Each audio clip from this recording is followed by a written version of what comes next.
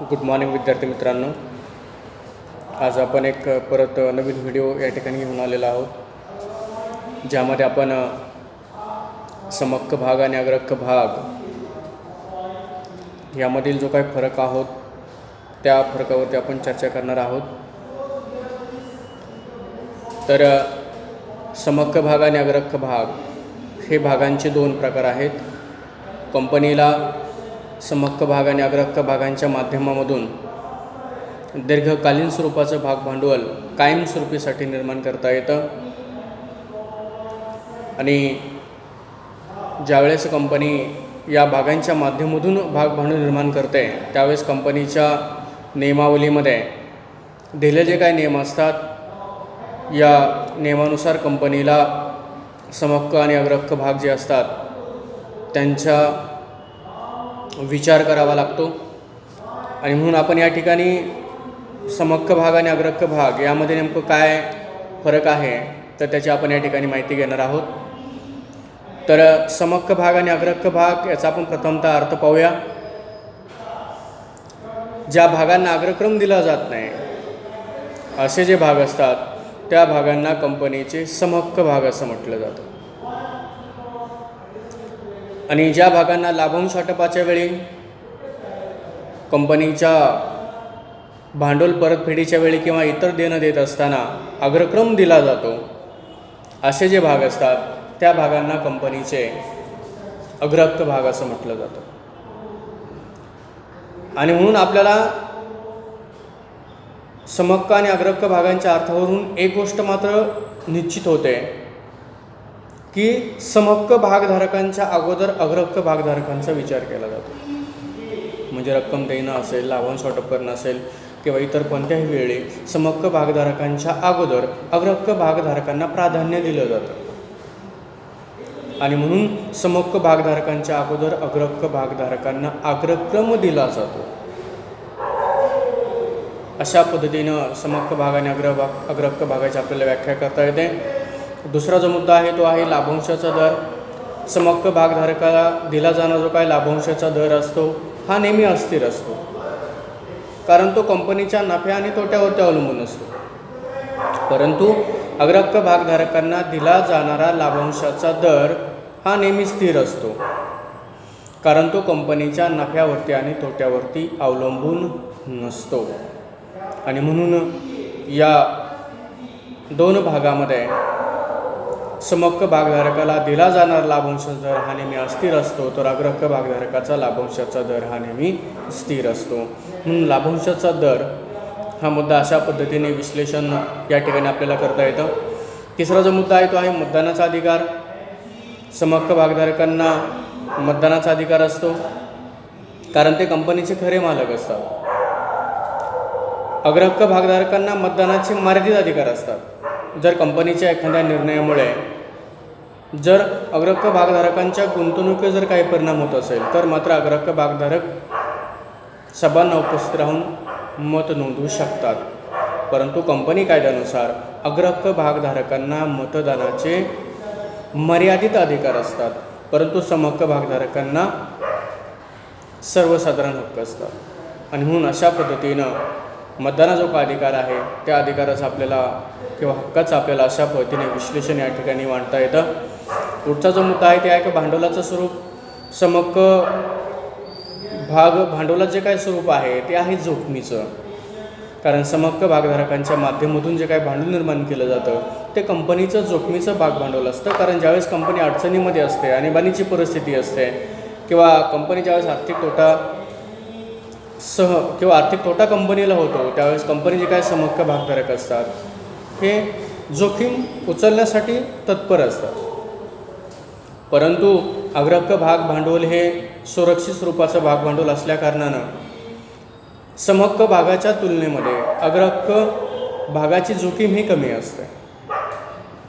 आणि म्हणून समक्क भाग भांडवल हे जोखमीचं भाग भांडवल समजलं जातं, तर अग्रक्क भाग भांडवल हे सुरक्षित भाग भांडवल समजलं जातं. म्हणून भांडवलाचं स्वरूप हे जोखमीचं आणि सुरक्षित अशा पद्धतीने सम आणि अग्रक्क भागांचं सांगितलं जातं. त्यानंतर पुढचा जो मुद्दा आहे तो आहे की भांडवलाची परतफेड. कंपनीचे काही समहक्क भाग असतात, या समहक्क भागांचं जे काही भांडवल असतं हे भांडवल इतरांचं देणं दिल्यानंतर जर रक्कम शिल्लक राहिली तर त्यावेळेसच समहक्क भागधारकांचा विचार सर्वात शेवटी केला जातो. आणि म्हणून समहक्क भागधारकांचं भाग भांडवल हे सर्वात शेवटी दिलं जातं किंवा अपवादात्मक परिस्थितीमध्ये परतफेड केलं जाऊ शकतं. परंतु जोपर्यंत कंपनी अस्तित्वात आहे तोपर्यंत कंपनीच्या समहक्क भागधारकांचं जे काय भाग भांडवल असतं हे परतफेड केलं जात नाही. परंतु अग्रहक्क भागधारकांचे काय भाग भांडवल असतं हे ठराविक कालावधीनंतर किंवा मुदत संपल्यानंतर परतफेड केलं जातं. म्हणून भांडवल परतफेडी संदर्भात हा असणार जो काही डिफरन्स आहे तो अशा पद्धतीने आपल्याला या ठिकाणी मांडता येतो. पुढचा जो मुद्दा आहे तो आहे दर्शनी मूल्य. समहक्क भागाचं दर्शनी मूल्य हे अग्रहक्क भागाच्या दर्शनी मूल्याच्या तुलनेमध्ये कमी असतं. उदाहरणार्थ 10 रुपये, 1 रुपया किंवा 100 रुपये इतके असू शकते. परंतु अग्रहक्क भागाचं दर्शनी मूल्य हे समहक्क भागाच्या दर्शनी मूल्याच्या तुलनेमध्ये जास्त असतं. ते हजारामध्ये पण असू शकतं.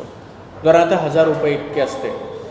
म्हणजे अशा पद्धतीने समहक्क भागाचं दर्शनी मूल्य हे कमी असते तर अग्रहक्क भागाचं दर्शनी मूल्य हे तुलनेने जास्त असते.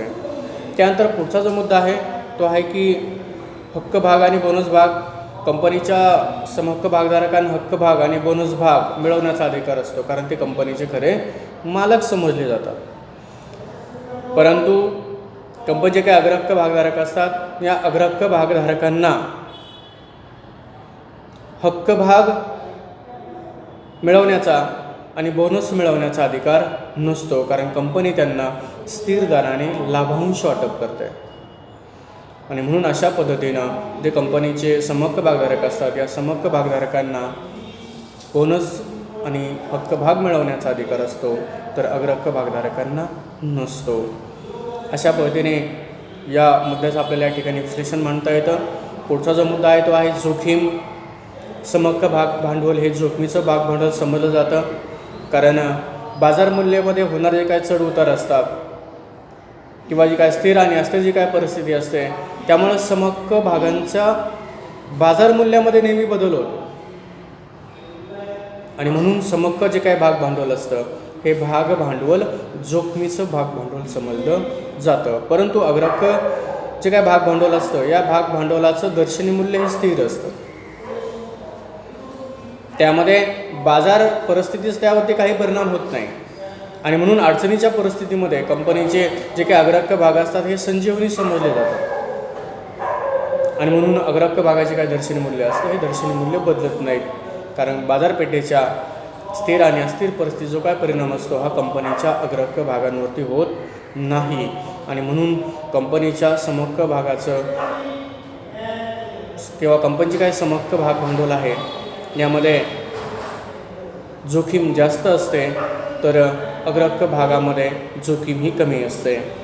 त्यानंतर पुढचा जो मुद्दा आहे तो आहे प्रकार.